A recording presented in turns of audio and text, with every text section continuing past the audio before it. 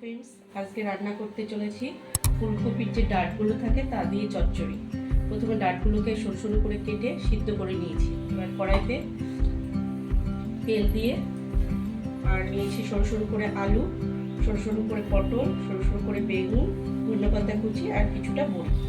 যেহেতু নিরামিষ রান্না হবে তাই তেল দিয়ে দিলাম।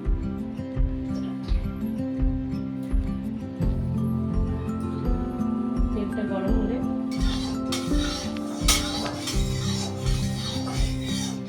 এক এক করে সব ভেজে নিতে হবে।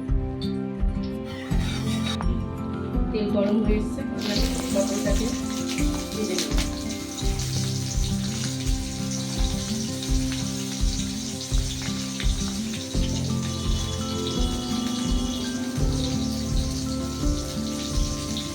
সামান্য হলুদ দিয়ে দিলাম, পটলটাকে একটু লালচে করে ভেজে নেব।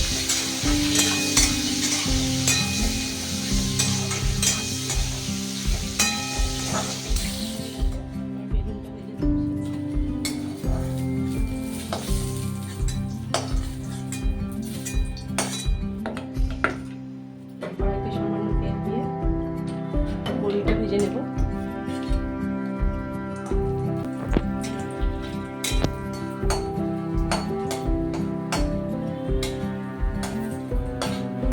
বড়িটা ভাজা হয়ে গেছে,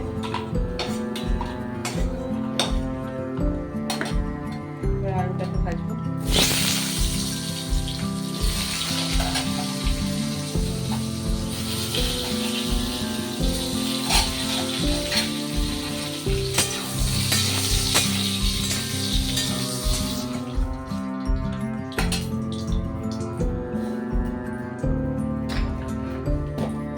কড়াইতে 5 ফোড়ন দিলাম, কাঁচা লঙ্কা, চেরা কাঁচা লঙ্কা,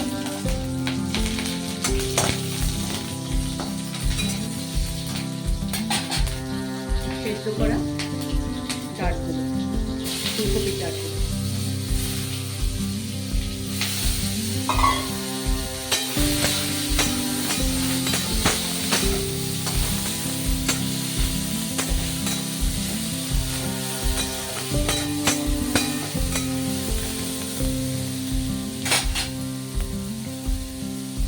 হলুদ দিয়ে দিলাম,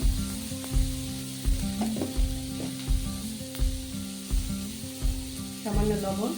লবণটা আন্দাজ মতন দেবেন, যে যেরকম খান সেরকম দেবেন। এবার আলুগুলো দিয়ে দেবেন।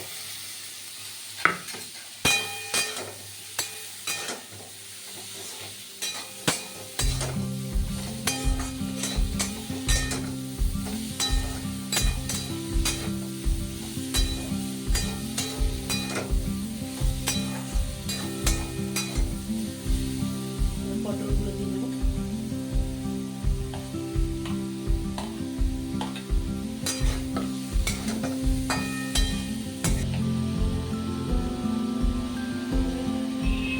সামান্য জিরের গুঁড়ো,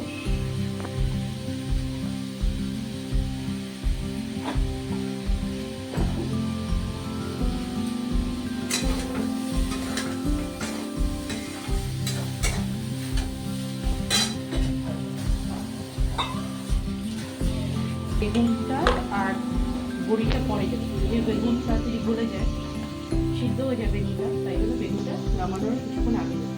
আর বড়িটা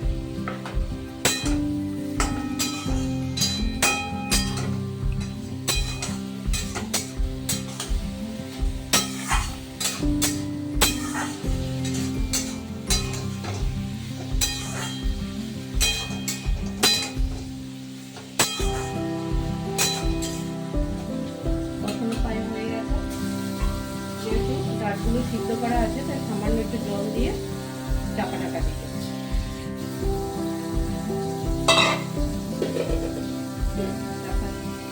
আঁচটা সামান্য মিডিয়ামে রাখতে হবে।